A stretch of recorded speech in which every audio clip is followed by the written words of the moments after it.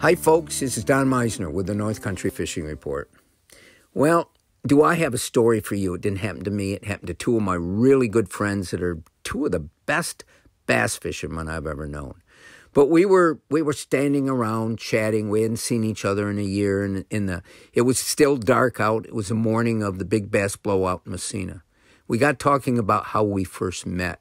And we all met when I was fishing with my buddy Will Clute up on the reservation years ago. And we've stayed friends all these years. And they started telling tales of some of the times we had out fishing. And one of the other friends that hadn't come up with him, but left his mark in friendship with all of us.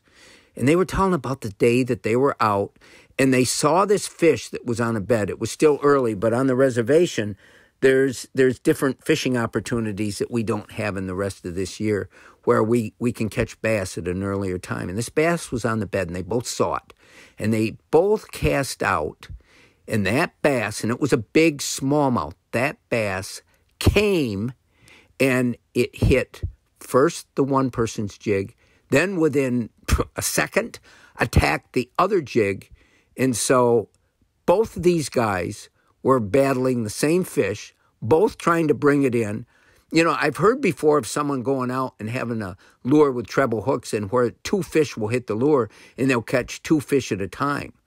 But for one fish to catch two fishermen at a time is one of the most unique stories I've ever heard. And these guys are good, and these guys, it's so far, you know, all of us fishermen, I don't care who we are, me included, I imagine elaborates and edits the stuff that happens and tells that age-old cliche of a fishing story. But in this case, I think it's pretty true.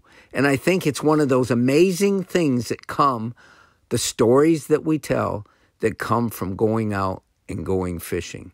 And gosh, I love that one, and I couldn't wait to tell you. Until next time, folks, this is Don Meisner with the North Country Fishing Report.